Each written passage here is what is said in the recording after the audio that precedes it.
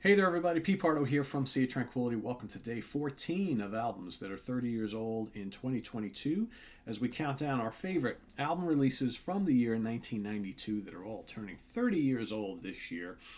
My pick for today, day 14, is the sixth studio album from this particular artist. It was released February 7th, 1992. Elektra Records, produced by Mr. Malmsteen himself. I'm talking Fire and Ice by Yngwie Malmsteen, Swedish guitar virtuoso. Sixth album, like I mentioned. Actually, second in a row with basically the same lineup. That hasn't happened too often in the career of Mr. Malmsteen, but of course, we've got Yngwie on guitar, Moog Taurus, sitar, string arrangements, backing vocals. He also produced the album, like I said. Goran Edman on lead vocals, second album in a row. Mats Olausson, Olausson, Olausson. Never quite sure how to say his name again. Second album in a row that he worked with Yngwie on. Bo Werner on drums.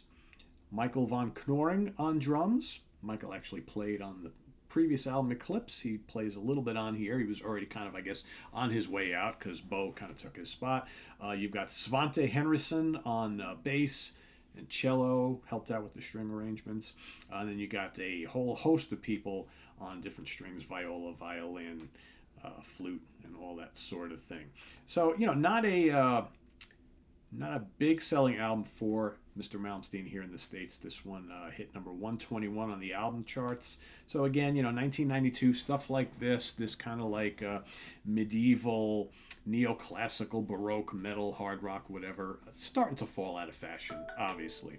So, but there are a number of really strong tracks on this particular album, which I like quite a bit. And I think it's a solid record for it. Maybe not a top Malmsteen album if you look at his long career, but this is an album that if you like the stuff that came before it, there's no reason not to enjoy this one. That's how I always thought.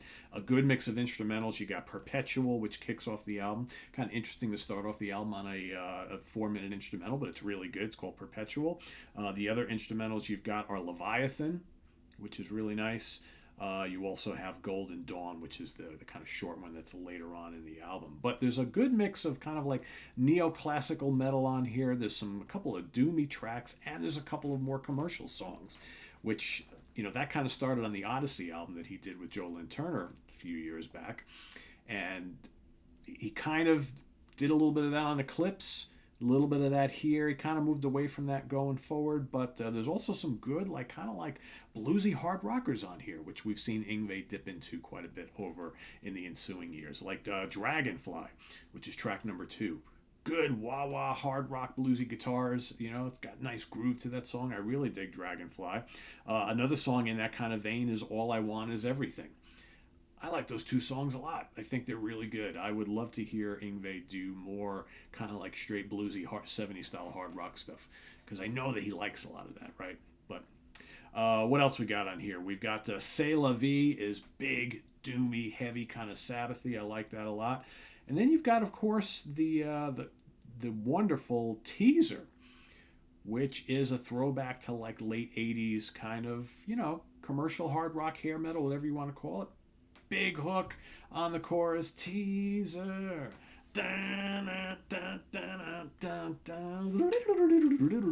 Just really good catchy song. I dig that quite a bit.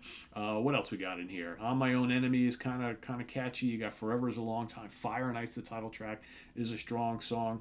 No Mercy's pretty heavy. You got Cry No More. How Many Miles to Babylon. I think there's 14 tracks on the album, so there's a lot of material here. I would say 75 to 80% of it is very enjoyable Yngwie Malmsteen fare. And I've always liked this album. Again, I like some other albums better, but I think as far as like his 90s repertoire goes, this holds up really well. The Eclipse album that came before it is really strong. You got This Is Good. I mean, guys, got so many albums, right? So many albums. But this is again is kind of a transition album. So he's moving out of the '80s, still clinging to some of the stuff he did in the '80s, but starting to move and do different things. And sometimes you can say you kind of know what you're going to get with Yngwie, but I think on this album he delivers a lot of variety, which is kind of nice to hear. And I think going forward he would lose some of that want or need to give us lots of variety on his albums. And some of the albums are very, very focused, maybe not to the enjoyment of a lot of people. But I don't know. I've always liked Yngwie a lot. He's a great player. Goran Edman, great singer. I like this time period in Yngwie's career because I always thought him and Goran made a really great pairing.